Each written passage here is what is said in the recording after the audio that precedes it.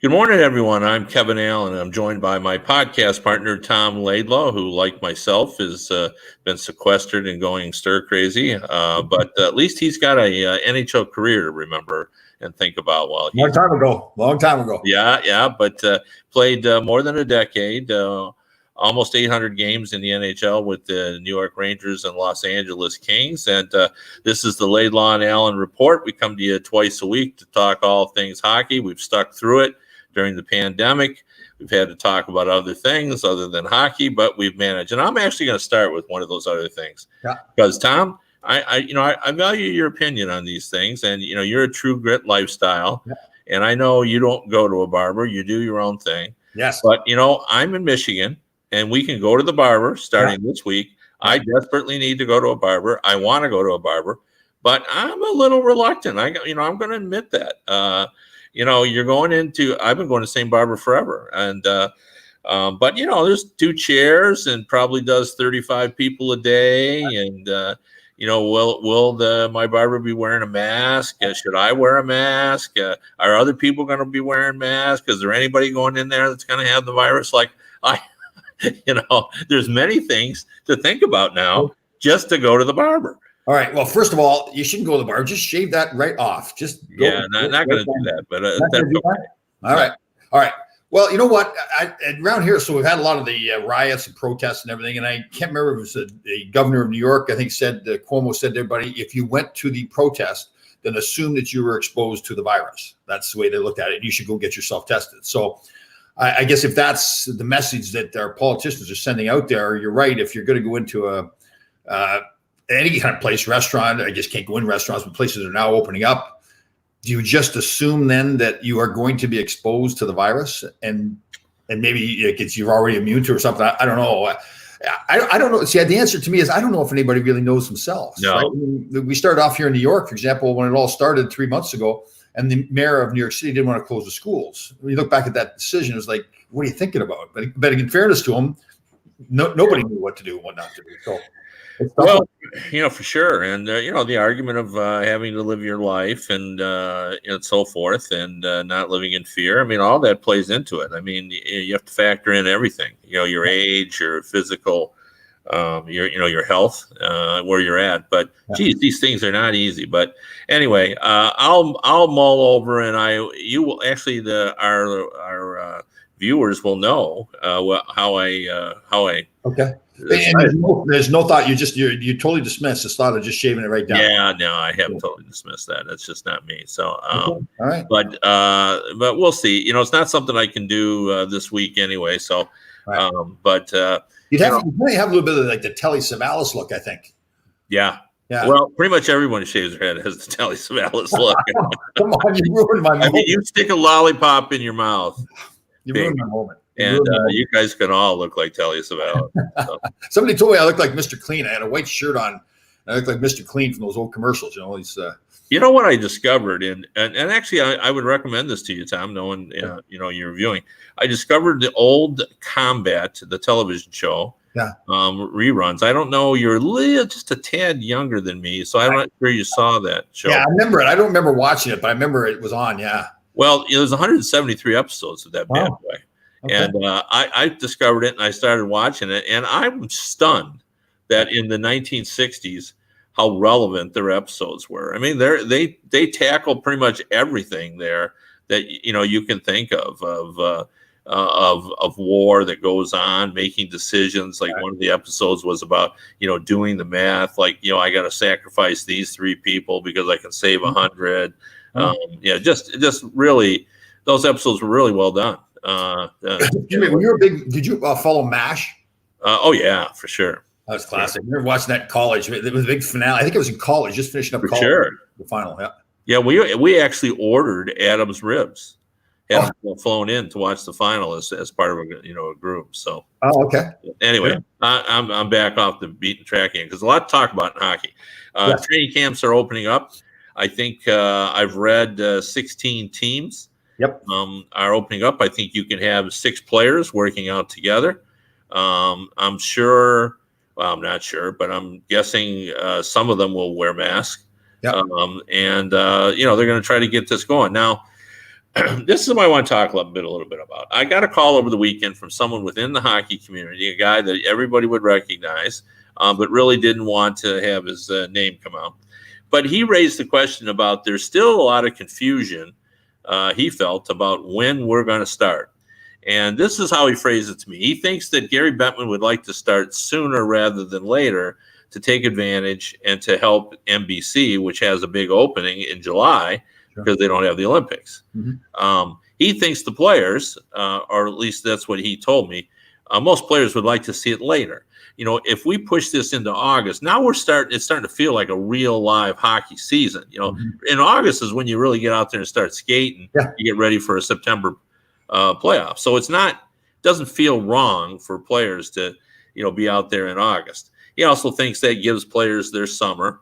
And given the economics hardship that they're going to be under, that's the least we can do is to give them their summer. Many of them go to cottages and so forth. And he said that general managers also would like to see it a little bit later as well, and not feel like they're being rushed back to compete, because they want to make sure the players are well, or at least have a level of conditioning. We're not going to see a lot of pulled muscles once we get started. So I think there is some confusion now. I had heard that it hadn't been settled yet when we were going to play. Yeah, that's what I thought. Yeah, I thought I didn't even think there was a decision on it. Yeah. Yeah.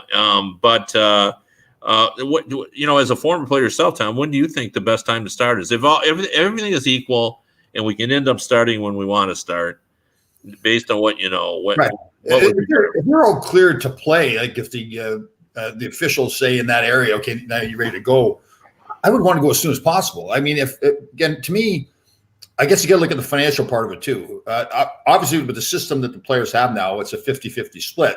So the more revenues they can generate, I'm just talking about the financial part of it, the better off for the players. So if they can be I would assume then if they can start earlier than everybody else, you would think that there'd be more eyeballs on the games that they're played, therefore generating more revenues. I'd want to get going right away. I don't know why the players would want to wait. I understand the logic about giving the summer off, but they just had 3 months off. I almost think like I'm chomping at the bit. I want to get going, right? Especially like now you think about those teams now that maybe we're out of the playoffs and now we're going to be into this opening round. Let's get going. I want to play. It's exciting now. So that's my feeling. I don't know if that's just some rationale for the players wanting to wait. To me, it makes sense. Let's get playing. But again, I was a big supporter in trying to get the draft done before the season started too, right? Because I wanted the league to have that attention. That didn't go anywhere either. So yeah. I was in the majority on that. I'm not always in the majority, but I think most people did not want that draft to happen. Yeah, my concern is just from a safety standpoint. I'd like to see how this plays out even more. I mean, we're all starting to open up. Like Michigan now, you can go to restaurants, and we got hit pretty hard here. Like because you're in the New York area, we didn't get hit like New York, but pretty severely. Especially in Detroit, the hospitals were overrun, and now we're to the point where we're pretty much down to just a few things you can't do now. I think.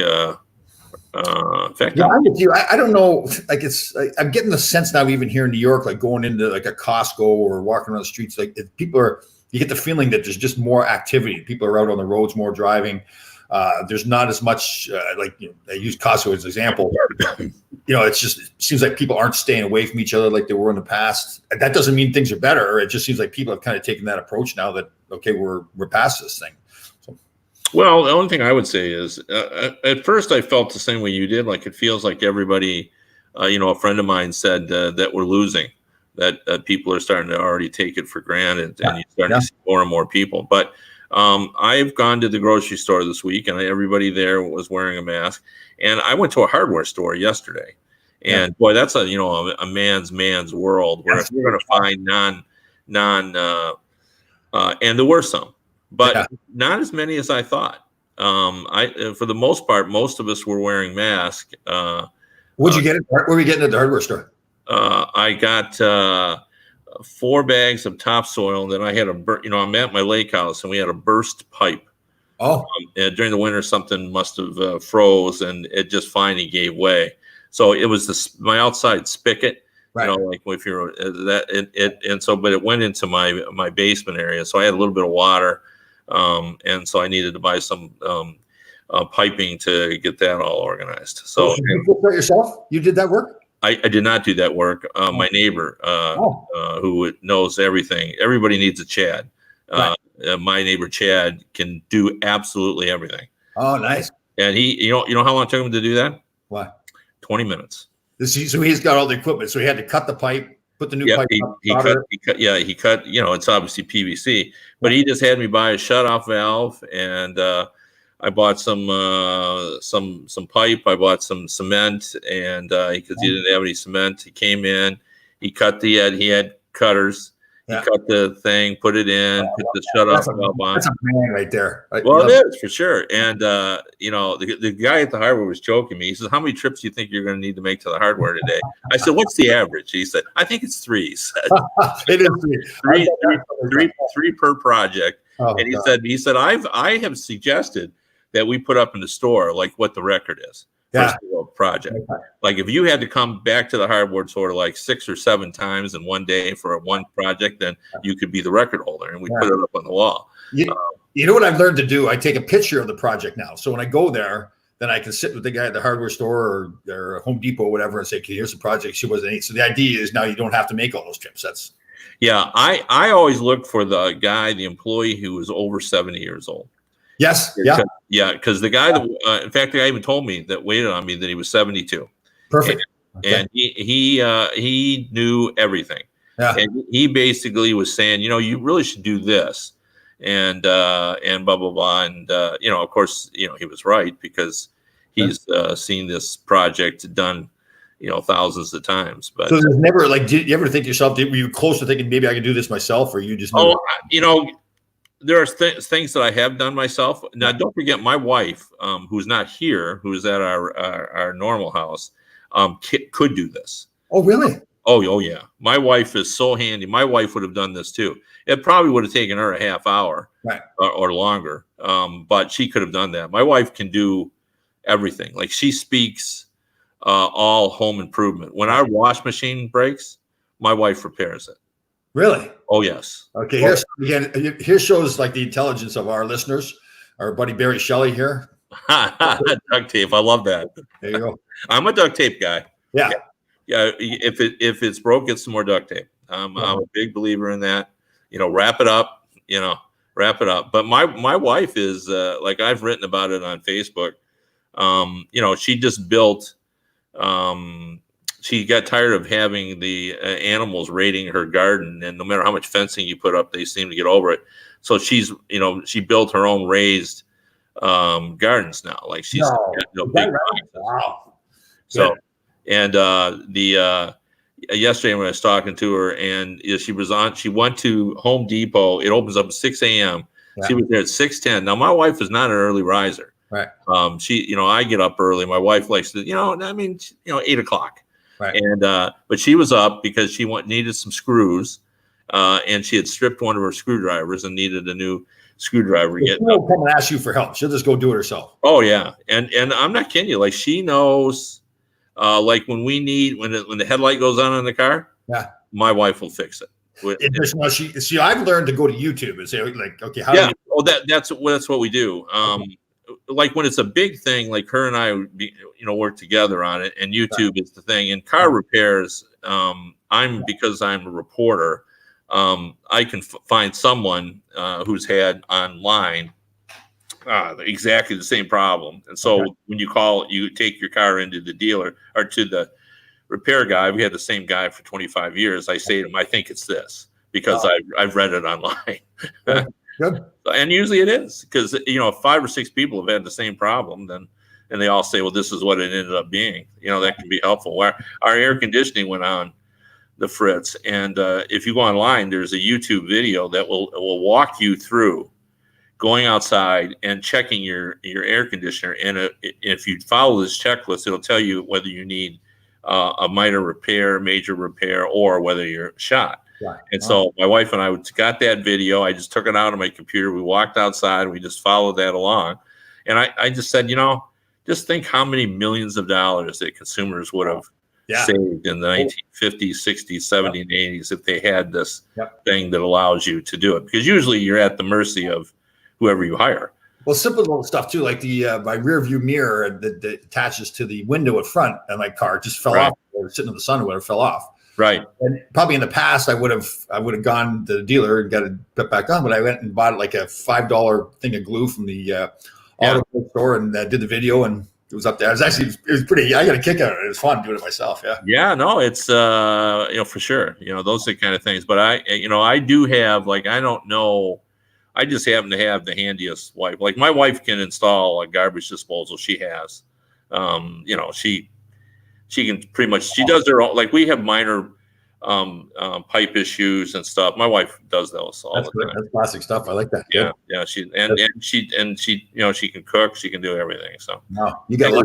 You're getting back. We got off the Yes, we got to mention too, real quick before actually Barry Shelley wrote it. I know we both saw it, but somebody in Pittsburgh was diagnosed with the virus as well. Do you know they currently had it, or was it one of those things that he had it before? No, I mean, I got the impression that he had recently had it and got through it. Right. I think you need to report that kind of stuff and try to explain. Like if. And did we remember before? Did we cover it? I can't remember. Somebody else was talking about it. So because I guess it's HIPAA laws. Is that the HIPAA laws? That, So he doesn't have to have his name disclosed, but what part of the process going forward is, so if a guy is diagnosed with the virus and he doesn't want his name announced that he's got the virus, I mean, how is that going to work? I mean, he's going to have to be removed from the group, and then obviously everybody's going to know. Everybody's going to draw their own conclusions. Yeah. Well, I mean, it's no different than when you have an injury. They don't tell you.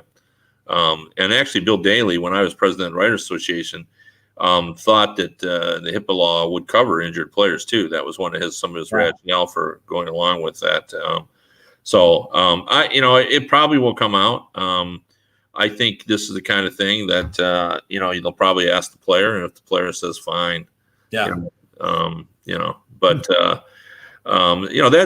is going to be the complication of all this, and is the only way we're going to lose the season is if we reach a situation that becomes so complicated to continue. And by that, I mean, it's multiple players on multiple teams in the same series.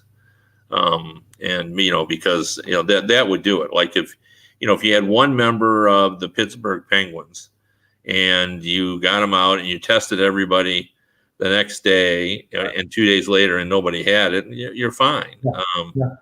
But my thought is that ever going to occur like that? I mean, this thing is so contagious, and we got to think back to when it was at its worst and hearing ER doctors talk about how easily it's transmitted. We're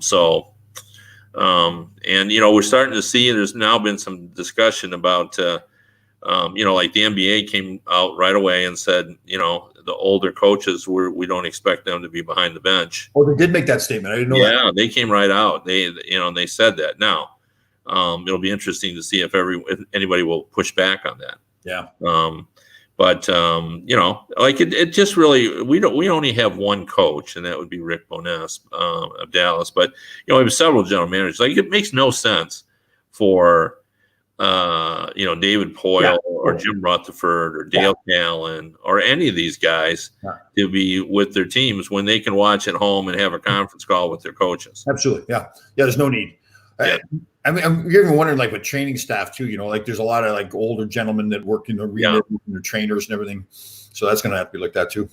Yeah, I'm aware of, and I was asked not to use his name, but I'm aware already of one team employee who is older, who has asked out. And the one area where we haven't discussed is I saw, and I thought about this when Ernie Johnson, the broadcaster that everybody knows, he does the NBA, he does a good job. He's been involved in baseball and golf, and he did not do the Peyton. I think it was the Peyton Manning, Tom Brady, or the other one. I can't remember which one, but he was supposed to do that, but he couldn't because he has a son who is on a ventilator and suffering from an illness. And did it just a really poignant, passionate, a little thing about why he couldn't do that. And I thought, there could be circumstances with players that we're simply not aware of. I mean, we know about Max Domi.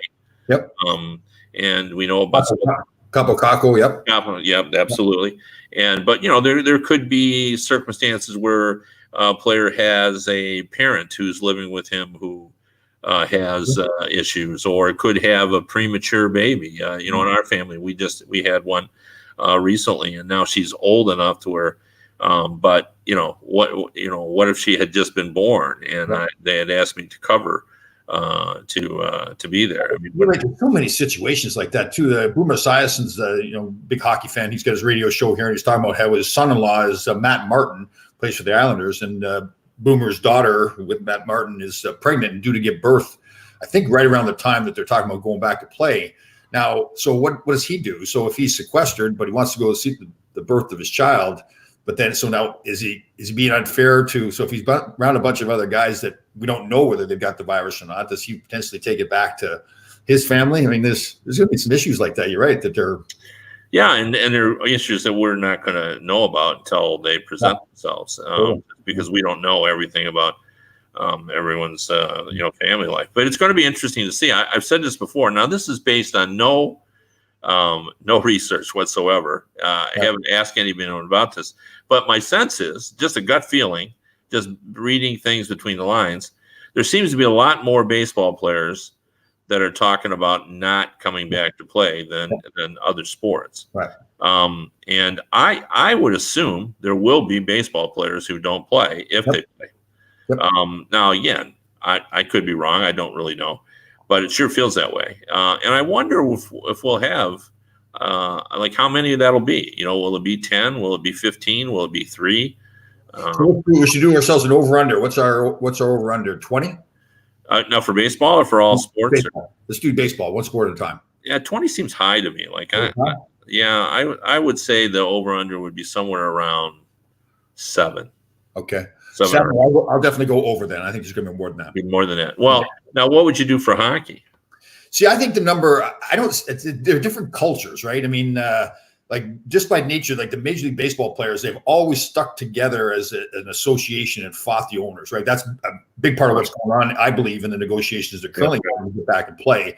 They don't want to give in to the owners on anything, because now that sets the precedent that, okay, now we know the pressure points, they're trying to blame it on the players, and it's the players' fault when they're not getting baseball back. So that's why I think they're going to be more, especially if they're going down to 50 games like the owners want to do, against some of these guys that have had long careers and have made lots of money. Say, well, it's not even worth going back to me. It's not like financially I'm missing all that much. It may be a few $1 million, which is a lot to other people, but to them, it's not that big a deal. I think it's a little different culture in hockey where it's, and again, remember, the players have all gotten paid their money for the season, so they're coming back to try to win the cup. Now, again, there's some small bonuses involved in that. But I just think that culture that, you're letting your teammates down by not going to play for the Stanley Cup, really kind of eats away at the locker room. You're going to be looked at differently. That's what I believe the culture is. So I think the over-under, 7 was for baseball. I don't know. I think maybe 5 for the National Hockey League, and I think it's below that. I think it'd be like 1 or 2 guys maybe that I could think of that wouldn't come back and play. Yeah. Well, it will be interesting. I thought about, and I let it go when you said it at the time. The magnitude of it didn't hit me. But you were discussing before about whether a player would actually view even contracting COVID-19 the same way they do an injury, like they would try to play through it. Yeah. And I mean, do you really think that mentality is still there? That even like COVID-19, which is what I think? I think it's more that they would just dismiss it. Like if you had a cough or something, symptoms of the flu, the mentality is, so I've done it, is that it won't happen to me. I won't get hurt. It's not. It's something else. I just got a cold. It's allergies, right? Yeah. And same thing. Guys would, think of like a Patrice Bergeron coming back and playing with a punctured lung and broken rib, and playing in the Stanley Cup final game. It's like he can do everything. And now there's this perception of a lot of the players, but him in particular, like he's a legend, right, with that kind of stuff. So I just think, I remember myself thinking, I remember when I ruptured my spleen, I was bleeding internally. It happened early in the game, and I played 2 periods of the game with it. I just kept thinking, it's fine. My body, my stomach's filling up with blood, and I'm thinking to myself, it's the flu or something. I'm okay. I'll keep going. Until finally it gets to the point where the doctor comes in and says, you got a ruptured spleen, you got to get out of here. So, players they still have that same mentality.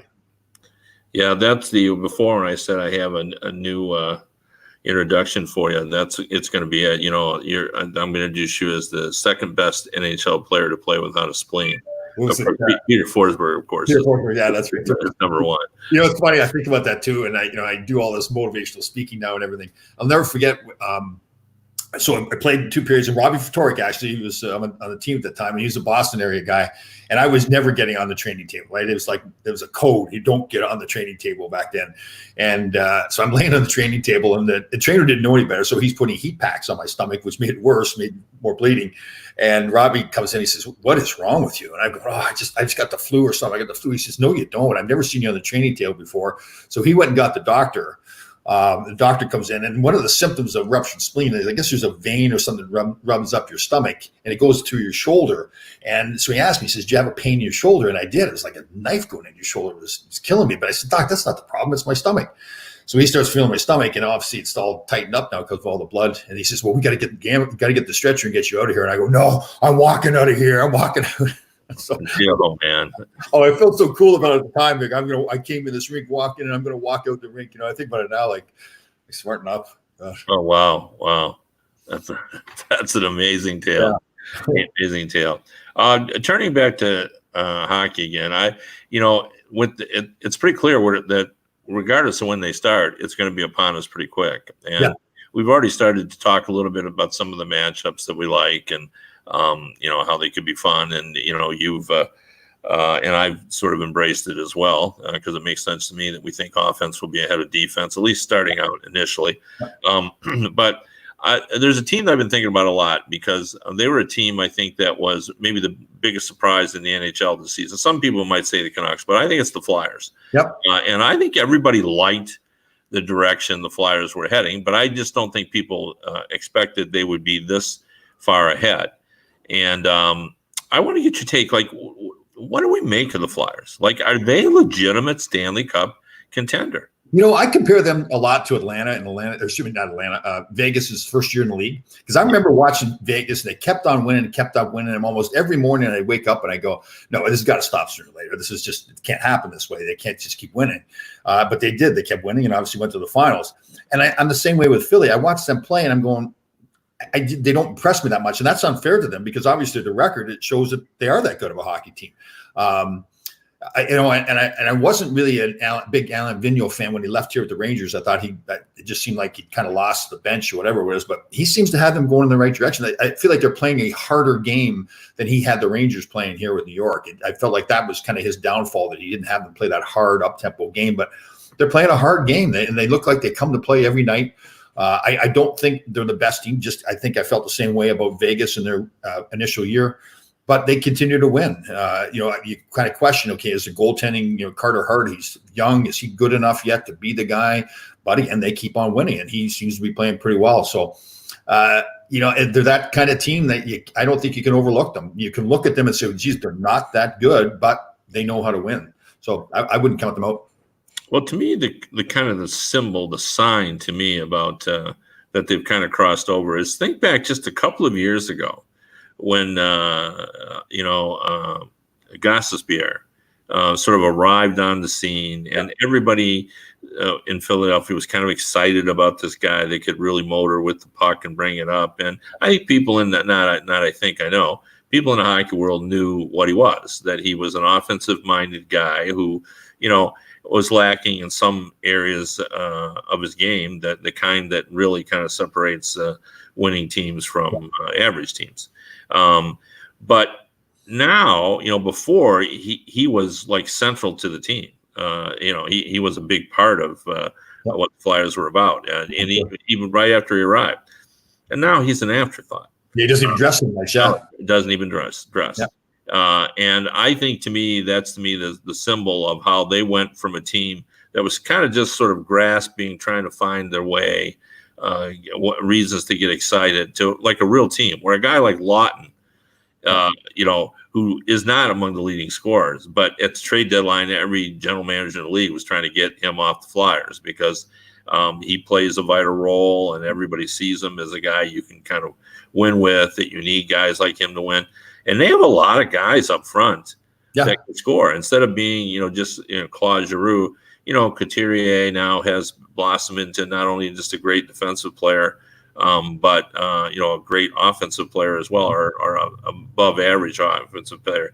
Being more of the Ron Francis. Before, I think it was Jaromir Jagr that first compared him to Ron Francis, mostly I think for his defensive ability. But now, he's offensive as well. Konecny has Travis Konecny has stepped up and been a